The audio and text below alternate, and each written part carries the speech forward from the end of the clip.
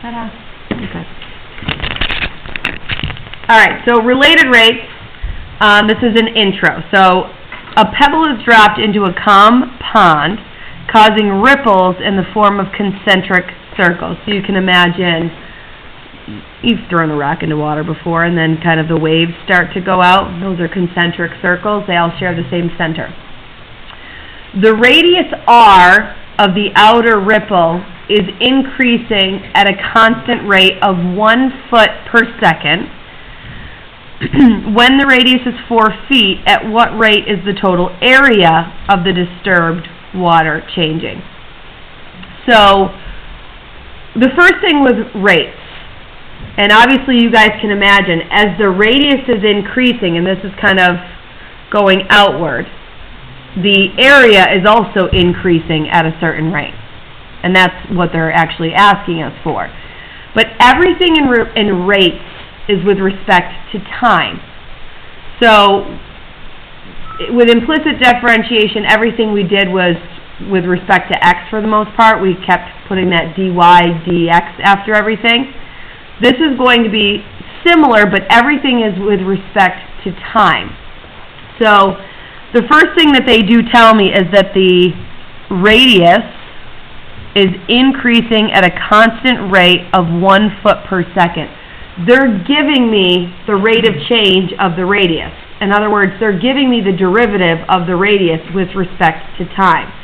So by them telling me this, they're telling me that dr dt, that's the rate of change of the radius with respect to time.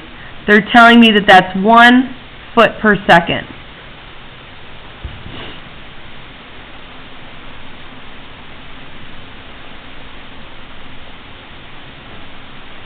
Okay? And then they're asking for, at the exact moment when the radius is 4 feet, what is the rate of change of the area? So if you can think about this for a second. Let's pretend this is a radius of, let me actually start my diagram over. Picture you just throw the rock in, and then that outer wave is sort of really, really close to where the pebble dropped in the water. Is the rate of change of the area as we move from here to like here a faster rate of change for the area or a slower rate of change for the area as we compare it to when the outer circle goes from here to here? Is the area changing at a faster rate in here or out here? No, it's not the same. Outside. Because even if your radius is going from 1 to 2, your area is not changing as fast as when your radius is going from, let's say, 4 to 5. Do we follow? Okay. You could calculate the area at 1 second, or at a radius of 1, and calculate the area at a radius of 2, and see how much it grew by. And then you could also do the same thing and calculate the area with a radius of 4, and then the area with a radius of 5, and see how much that grew by. And it's definitely going to grow by more. The area will grow by more when the radius is larger. Okay? So the rate of change of the area is constantly changing itself. All right? But the radius is changing at 1 foot per second. That we know for sure. So they are telling us specifically when the radius is 4. So r equals 4. At what rate is the total area changing? So we've got to start with a formula that involves area and involves radius. So what math formula do you know of that involves the area and the radius of a circle?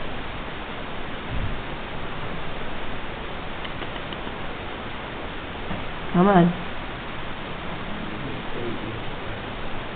Right, A equals pi r squared.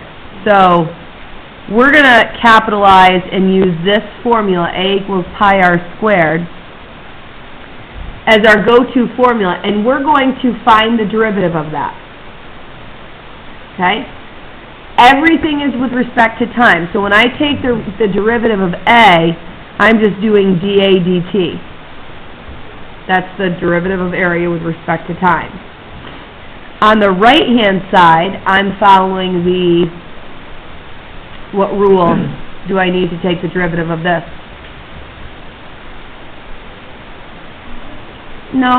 No, because pi is a constant number. It's just a traditional power rule, where I'm going to take this 2 out in front, and I'm going to do 2 pi r, but then it's got to be multiplied by dr dt.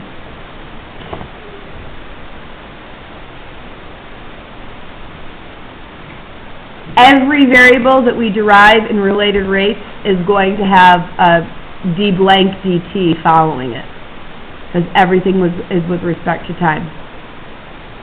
And then we're sort of just going to fill in what we know. We're looking for the rate of change of the area, so we don't know that. But we do know that we're specifically looking for dA dt when the radius is 4. And we know that dr dt is 1. So all in all, this ends up being 8 pi.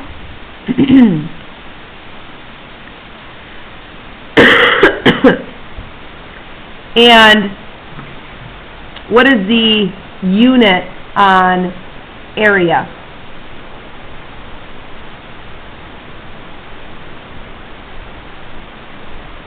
What's the unit on area? Are we dealing with inches, feet squared? And because this is a rate, it's going to be feet squared per second.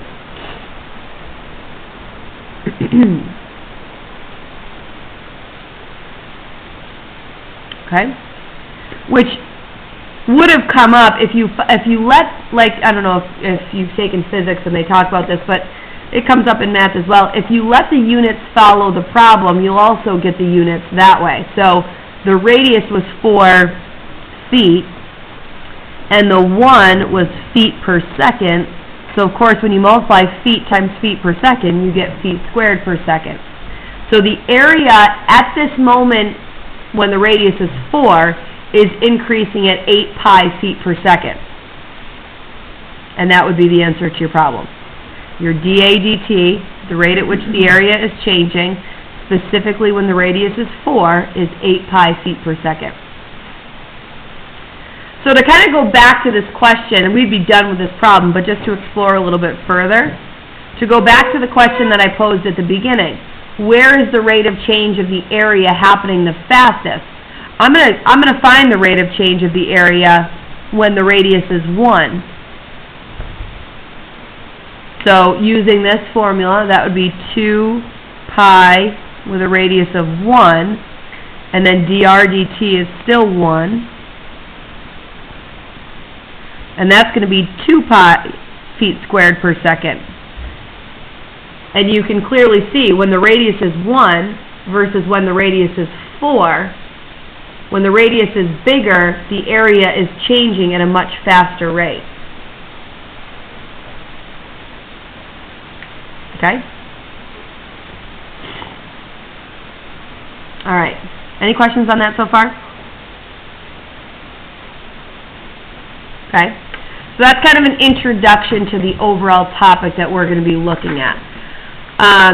Down below is a little bit more straightforward. There's no real context, no word problem involved here.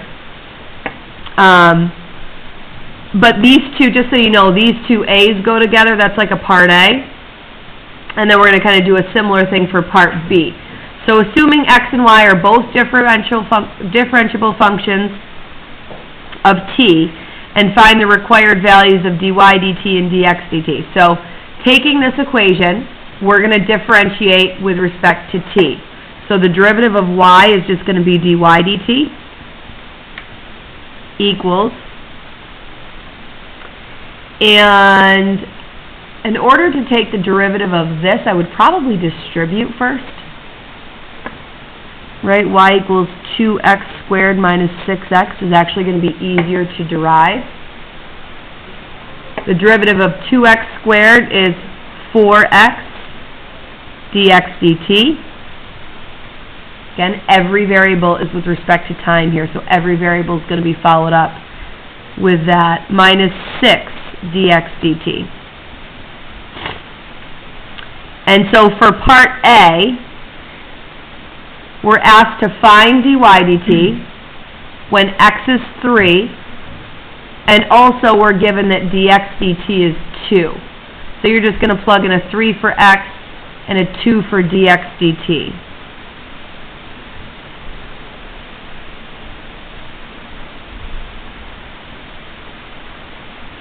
This is part A. That's going to be 24 minus 12.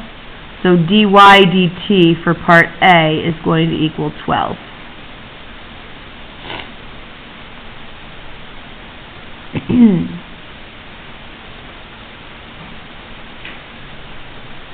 Okay. Part B, we're using the same derivative here, but we're asked to find dx dt, the rate of change of x with respect to time, when x is 1 and when dy dt is 5.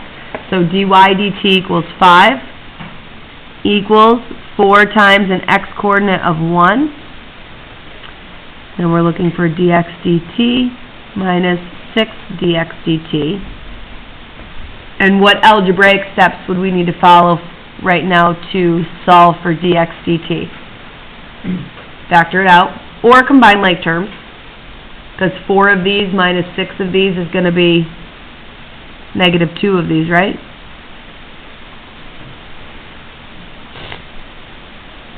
Divide by negative 2, and dx dt is going to equal negative 5/2.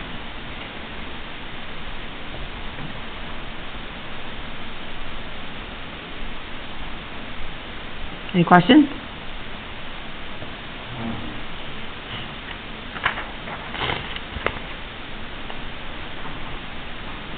Okay.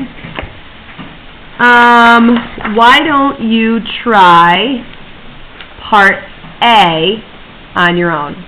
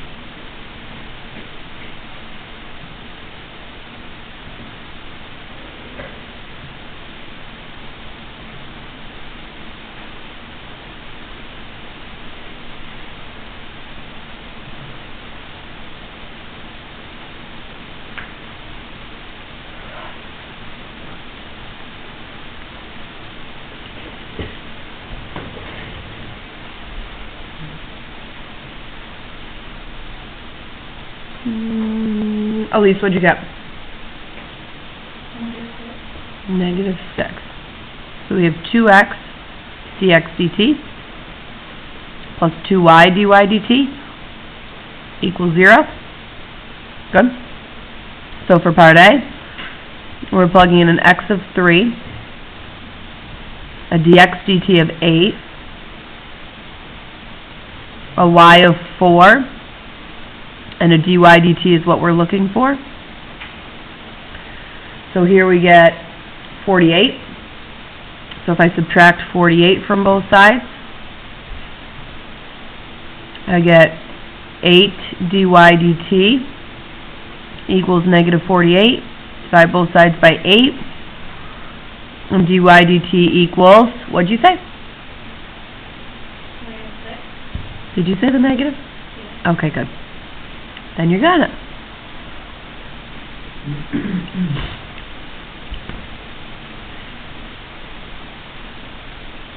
Okay, any questions on that?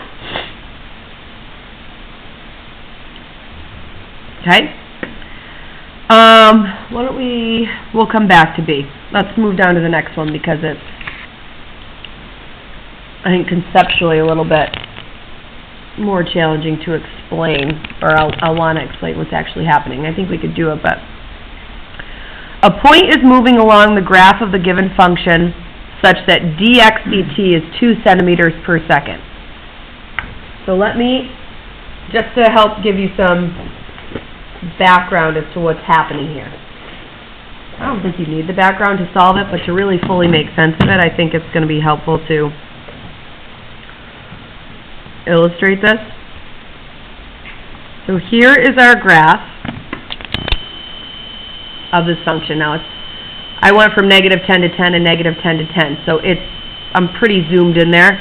I'm going to change my window negative 5 to 5 and like negative 2 to 2. I don't think I need much by way of y. Yeah, okay. So a point is moving along here such that the x-coordinate is changing by 2 centimeters every second. Okay? So let's say we were pretending that each hash mark is 2. Did I go negative 5 to 5? Yeah. So to get from negative 5, an x-coordinate of negative 5 to an x-coordinate of negative 3, that's happening within 1 second. Okay? Then to get from the negative 3 point to the 1 point, that's happening within 2 seconds. To get from negative 1 to positive 1, this whole thing is happening in the next second, and so on. Does that make sense? Okay? So it's your x-coordinate that is changing at a rate of 2 centimeters per second. Find dy dt, the rate at which then the y-coordinate is changing for the given values of x. Okay? Can you kind of see how, like, from negative 5 to negative 3, this change is happening within a second. How much is the y-coordinate changing by in that second? Not much, right? It's barely increasing. So the y-coordinate in that 1 second does not have a very big rate of change. But if I look from negative 3 to negative 1 in that second, your y is changing a little bit more drastically in that interval of 1 second, correct? Then from negative 1 to positive 1 in that next second, I would say our y-coordinate overall is not changing probably at all, right? But we do know there's a lot of movement. It's increasing and decreasing all pretty quickly within that 1 second frame. So the magnitude of the change that's happening to the y-coordinate from here to here is much different than the magnitude of the change that's happening from the y-coordinate from here to here. Do we follow? Okay. So that's kind of what's going on here. And then we're just finding dy dt at different values of x. So I first need to derive this. So the derivative of y is dy dt. What are we going to do for the derivative of this? What would you like to try, Bryce L? A couple different options here, but what's your little gut tell you? 1 plus x squared to the -2. Okay, so you're going to rewrite the original as 1 plus x squared to the negative first. So what rule are you going to follow here? Power rule followed by the chain, correct. So we bring our negative out in front. We then have 1 plus x squared to the negative second times the derivative of what's inside. The derivative of x squared is 2x dx dt.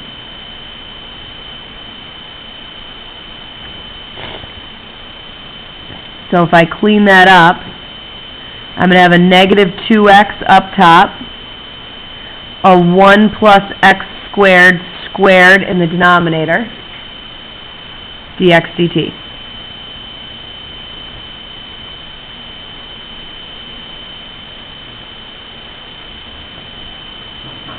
And then I'm going to evaluate dy dt at an x value of negative 2. So dy dt equals negative 2 times negative 2 over parentheses 1 plus negative 2 squared squared times, what was my dx dt? Given to me in the sentence. 2.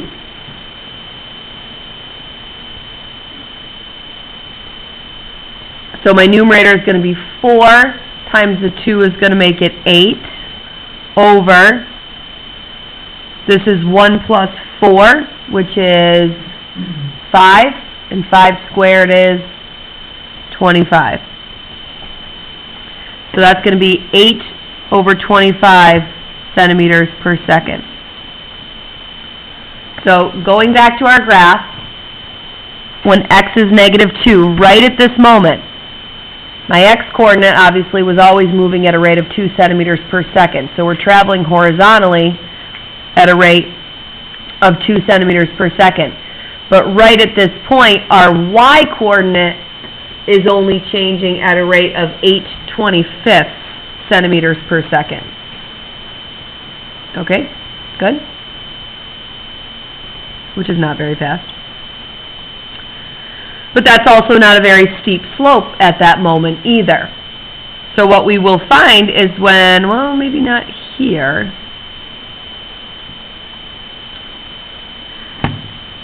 Right at this moment, if you had to guess, at what rate is my y-coordinate changing? 0, because it's got a horizontal tangent line. So the y-coordinate is actually just about the y-coordinate prior to this, so it's increasing at a rate of 8/25. It's probably increasing by a little more and more and more, and then it kind of slows down and it's about to turn around. So right now the y-coordinate is not really increasing or decreasing, is it? When you have a flat horizontal tangent line. And then pretty soon the rate at which the y is now will be decreasing, so dy dt will turn negative, and the y is coming down at a faster and faster rate until it'll kind of balance out and be pretty close to 0 again once we get over in this area. So for B, now we're just same derivative. We don't need to do this over and over and over again. We have negative 2 times a 0 over 1 plus a 0 squared squared times the dx dt of 2. And really that numerator is 0. As long as we're not over a 0, we're good. So it gives us 0 over 1, which is just 0. So Bryce's guess on that, educated guess, was correct. Our y, the rate of change of our y-coordinate right at that point was 0. If you had to guess what it was at x equals 2, what would you say? Alex says 8/25. Any? Negative 8/25. That makes sense, Alex, right? But he's got the right idea. It's symmetrical. So 8/25 is what we would think, but it's obviously happening in the negative direction. So we'll plug in 2. Negative 2 times 2 over 1 plus 2 squared times 2 squared squared times the dx dt of 2. And we get negative 4 times 2, which is negative 8 over 25. I'm just going to add one more here. because I want to highlight kind of the difference. I'll do like a -1, for example. So -2 we knew was 8/25. Do we expect that rate of change for the y to grow or shrink if we evaluated at -1? Does the rate of change grow or shrink? And Owen says grow, and he's correct. So we do have a positive rate of change here for the y-coordinate. We have more of a positive rate of change over here because it's just steeper. So I'm just going to add D just so we can kind of compare A and D. And D, we're going to evaluate it at -1. So dy dt equals -2 times -1 over 1 plus -1 squared times dx dt of 2.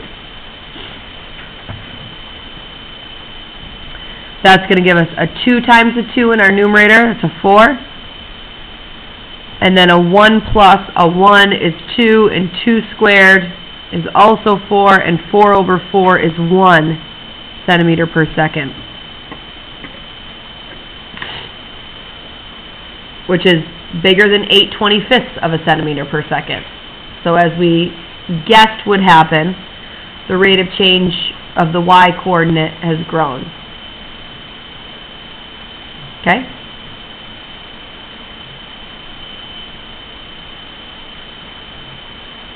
Does this all make sense? Okay. All right. Similarly here, but the sin x curve. So go ahead and take the derivative of that on your own.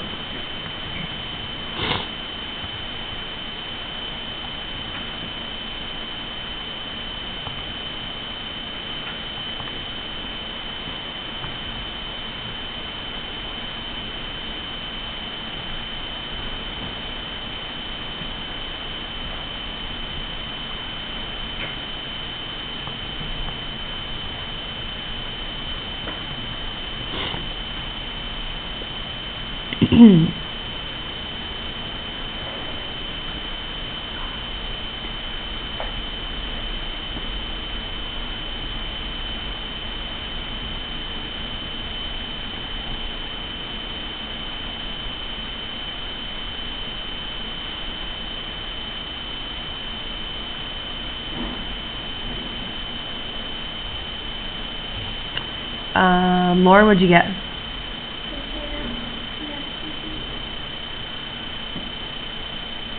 So dy dt equals cosine x dx dt. Good. Okay? So here's my sine graph. I only went from 0 to pi just because I saw that the numbers they were asking me to do were all less than pi. I also, when I scaled it, I counted by pi's over 12, just because these all have a common denominator of 12. So this is technically 2 pi over 12. This is technically 3 pi over 12. And this guy is 4 pi over 12. So we're really evaluating the rate of change of the y-coordinate at here, which is 2 pi over 12, here, which is 3 pi over 12, and here, which is 4 pi over 12. Do we follow? Okay? It may be hard to tell just with the naked eye what is going to have the highest rate of change for the y-coordinate, but if you had to guess, would it be, which one has the highest rate of change for the y-coordinates? The 2 pi over 12, 3 pi over 12, or 4 pi over 12? If you had to guess. Yeah, it kind of does look like 2 pi over 12, doesn't it? This is 6 pi over 12. But I almost would think it would be kind of the halfway point. I don't know. We'll see. It is hard to tell. I think I agree that visually it looks like 2 pi over 12. Something is telling me, though, that it wouldn't it be... Oh, well, that's not a slope of 0. Oh, yeah. Okay. I agree. I think it's going to be 2 pi over 12. Never mind my thinking out loud there. But we'll see. So we're just going to evaluate A. So dy dt equals the cosine of pi over 6 times, and dx dt, this point is still moving along the curve at 2 centimeters per second, moving along the curve in the horizontal direction at 2 centimeters per second. The overall speed is constantly changing, but just the x-coordinate is changing at 2 centimeters per second. So, what is the cosine of pi over 6? Good. And then your 2's will cancel, and so dy dt is just root 3.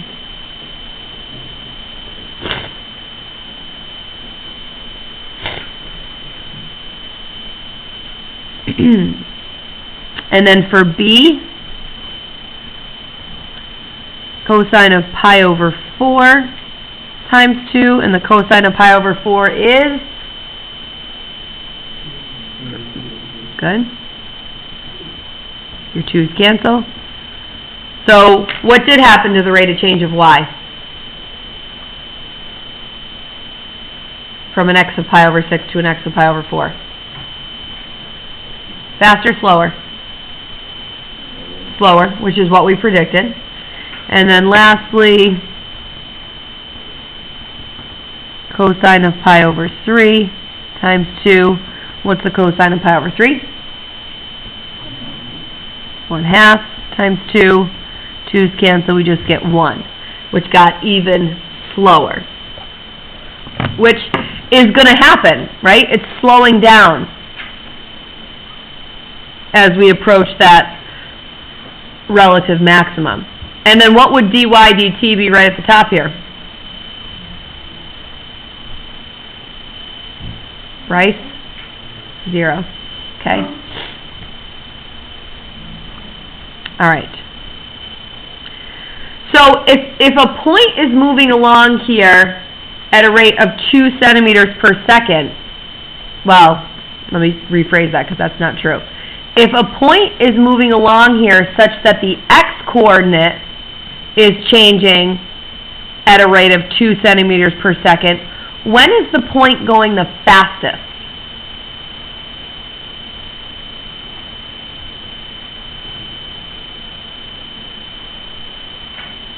The x-coordinate is always changing at the same rate.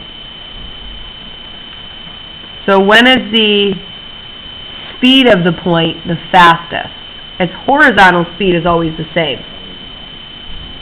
Say it again. Right here. Or here. Sure. That is true. I kind of meant between these 3 points, though. If the x speed, at the rate at which the x-coordinate is constantly changing, is staying the same, then the overall speed of the point is going to be, not this exact number, but it's going to be the fastest when the dy dt is the fastest here, if we're choosing between these 3 points. But actually, let's take Owen's thought here. He was saying here, which could also be here, because this is just a positive speed and this is just a negative speed. So either one. If we were to evaluate this and see what the rate of change of the y-coordinate was at an x of 0, what are we going to get? So dy dt equals the cosine of 0 times 2. What's the cosine of 0? 1. And 1 times 2 is 2, which is the highest of all the numbers so far, which should make sense to you, that this is the fastest rate of change because this is the steepest slope as we kind of progress back towards a slope of 0. Okay? You'd see a little bit more if I changed my window and went from negative pi to positive pi, because this is sort of that is the maximum slope. If you're going along this stretch, a slope of 0, it increases, and here's the maximum slope, and then it decreases again. That is the maximum y speed that we'll get happens there and on the way down over here. Okie doke? All right. Homework's there at the bottom. Letter tonight. It'll take you 5 minutes, right? I've And been saying.